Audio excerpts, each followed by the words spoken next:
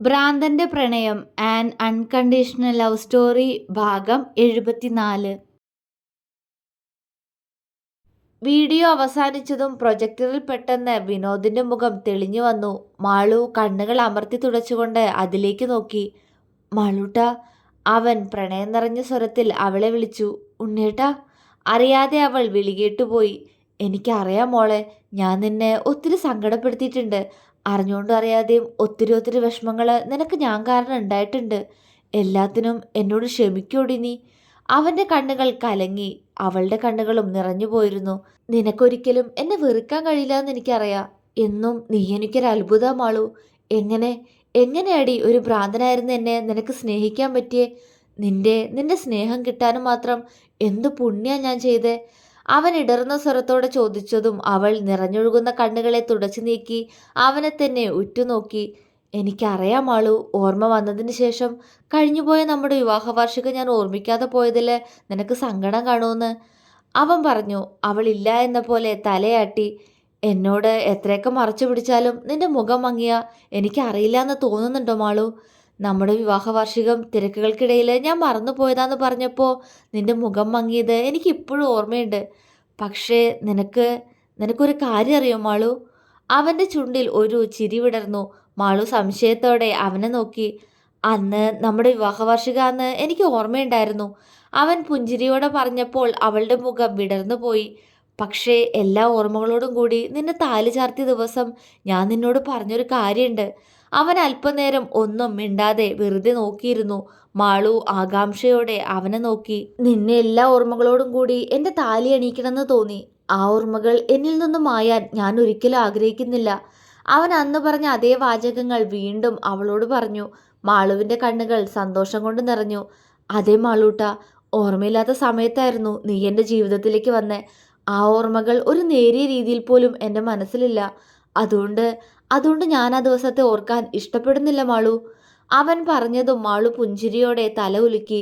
പക്ഷെ ഇന്നത്തെ ദിവസത്തിൻ്റെ പ്രത്യേകത എൻ്റെ മാളൂട്ടന് ഒട്ടും ഓർമ്മയില്ലേ? അവൻ കുറുമ്പോടെ ചോദിച്ചു.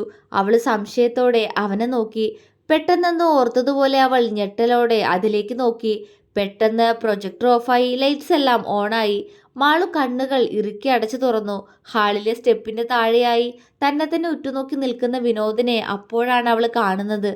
ഉണ്ണിയേട്ടാ, അവൾ ഇടർച്ചയോടെ വിളിച്ചു. കണ്ണുകൾ നിറഞ്ഞൊഴുകി. ഹാപ്പി വെഡിങ് ആനിവേഴ്സറി മാളൂട്ടാ, അവൻ പുഞ്ചിരിയോടെ അവളോട് പറഞ്ഞു. ഉണ്ണിയേട്ടാ, അവൾ കണ്ണ് നിറച്ചുകൊണ്ട് അവനെ വിളിച്ചു. ചുണ്ടുകൾ വിതുമ്പി. ഇന്ന് നിന്നെ ഞാൻ എല്ലാ ഓർമ്മകളോടും കൂടി എൻ്റെ താലി ചാർത്തി സ്വന്താക്കിയത് മാളൂട്ടാ.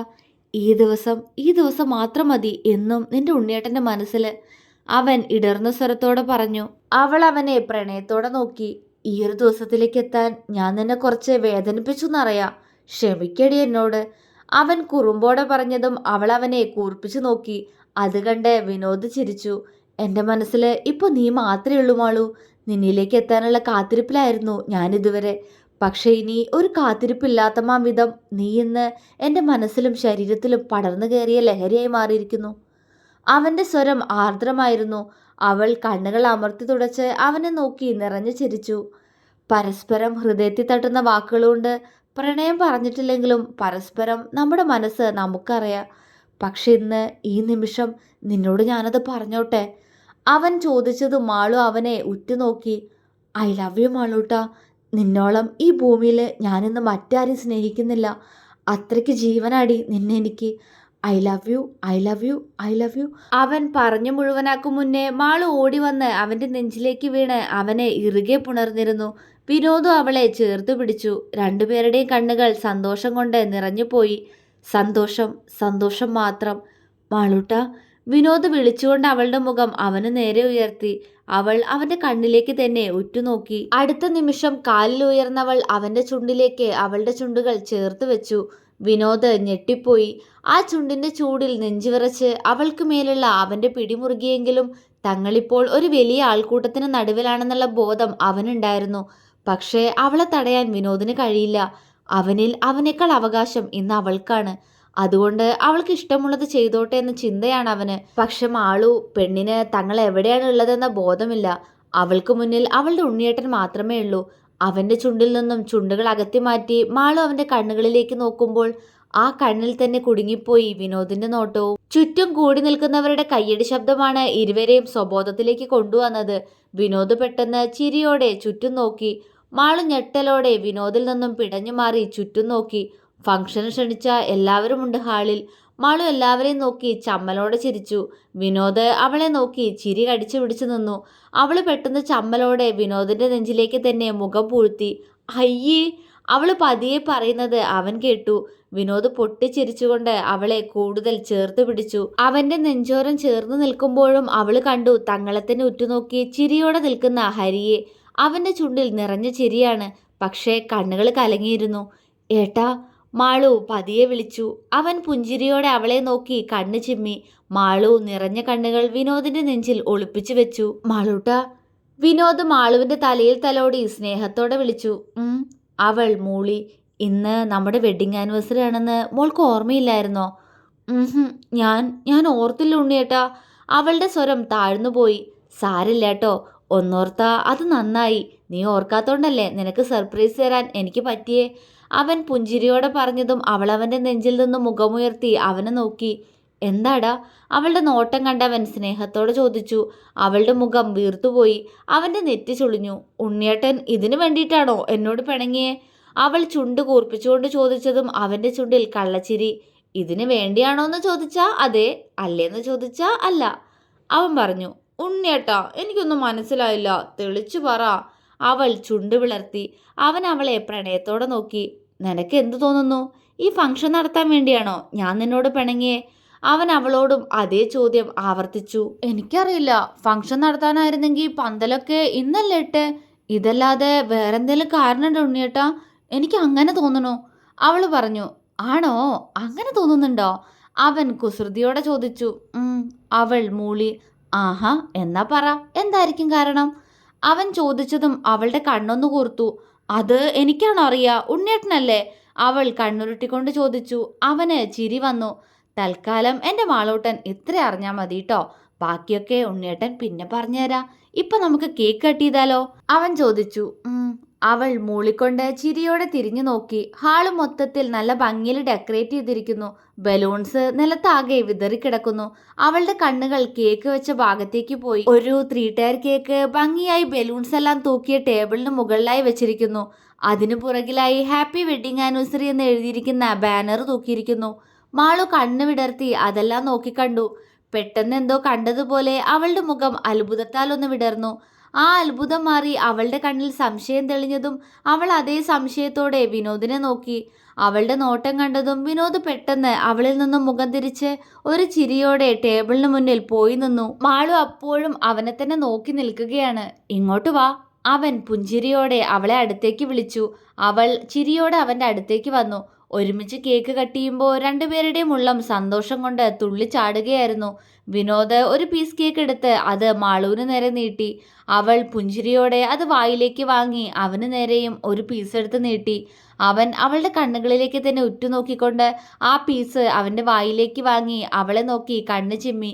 അവൾ പുഞ്ചിരിച്ചു. ഫോട്ടോഗ്രാഫേഴ്സ് വന്ന് ഫോട്ടോ എടുക്കാൻ തുടങ്ങിയതും മാളു വിനോദിനോട് ചേർന്ന് നിന്നു. അവരുടെ രണ്ടുപേരുടെ ഒരുമിച്ചുള്ള ഒരുപാട് ഫോട്ടോസ് വിനോദ് എടുത്തു കൂട്ടിപ്പിച്ചു. ഇതിനിടയിൽ ഹരി അമ്മുവിൻ്റെ കയ്യിൽ കൈകോർത്ത് പിടിച്ച് മാളുവിന് മുന്നിൽ വന്നു നിന്നു. മാളു അവനെ അത്ഭുതത്തോടെ നോക്കി. പറഞ്ഞു ഹരിയേട്ടാ? അവൾ കണ്ണുവിടർത്തി ചോദിച്ചു. ഹരി അവളെ വാത്സല്യത്തോടെ നോക്കി. പറഞ്ഞല്ലോ, അവസാനം അമ്മു തന്നെ പറഞ്ഞു എന്നോട്. അവൻ കുറുമ്പോടെ പറഞ്ഞു. അമ്മു ചമ്മലോടെ മാളുവിനെ നോക്കി ചിരിച്ചു. സത്യം? മാളു വിശ്വസിക്കാൻ കഴിയാതെ ചോദിച്ചു. ആ എൻ്റെ മാളു, എല്ലാത്തിൻ്റെ പുറകിൽ പ്രവർത്തിച്ചത് നിന്റെ കെട്ടിയോനും പിന്നെ എവിടെയാ കുരുട്ട്? ഹരി ചിരിയോടെ പറഞ്ഞുകൊണ്ട് ചുറ്റും ആരെയോ തിരയാൻ തുടങ്ങി. എന്നെയാണോ തിരയുന്ന ഹരിയേട്ടാ? ചിന്നുവിൻ്റെയും ഗൗരിയുടെയും കയ്യും പിടിച്ച് മുന്നിൽ വന്ന് നിന്നുകൊണ്ട് അച്ചു ചോദിച്ചു. ഹരി അവളെ കൂർപ്പിച്ചു നോക്കി. അവൾ അവനെ നോക്കി ഇളിച്ചു കൊടുത്തു. അത് കണ്ടപ്പോൾ ഹരിയുടെ ചുണ്ടിലും ഒരു പുഞ്ചിരി മുട്ടിട്ടു. എന്താ ഹരിയേട്ടാ, എന്താ കാര്യം? എനിക്കൊന്നും മനസ്സിലാവണില്ലല്ലോ. അമ്മൂച്ചി എങ്ങനെയാ ഹരിയേട്ടനോട് ഇഷ്ടം പറഞ്ഞേ? ഇത്രയും കാലം ഒന്നും തുറന്നു പറയാതെ ഉള്ളിൽ പ്രണയിച്ചു നടന്നിട്ട്? മാളു അമ്മുവിനെ നോക്കി കണ്ണുരുട്ടിക്കൊണ്ട് പറഞ്ഞു. അമ്മു അവളെ നോക്കി ചിരിച്ചതേ ഉള്ളൂ. ഇപ്പോഴും ഇവള് പറയില്ലായിരുന്നു മാളൂട്ടാ. ഇന്ന് എല്ലാം കലങ്ങി തെളിഞ്ഞതിൻ്റെ കാരണക്കാരൻ ആരാ? വിനോദ് ചിരിയോടെ അവളോട് ചോദിച്ചു. ആരാ?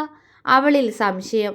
ദേ ഈ നിൽക്കുന്ന നിന്റെ ഉണ്ണിയേട്ടനും പിന്നെ ദാ ഈ അച്ചുപെണ്ണും. വിനോദ് കള്ളച്ചിരിയോടെ പറഞ്ഞു. മാളു ആണോ എന്ന പോലെ ഹരിയെയും അമ്മുവിനെയും നോക്കി. രണ്ടുപേരും അതേ എന്ന് തലകുലുക്കി. എങ്ങനെ?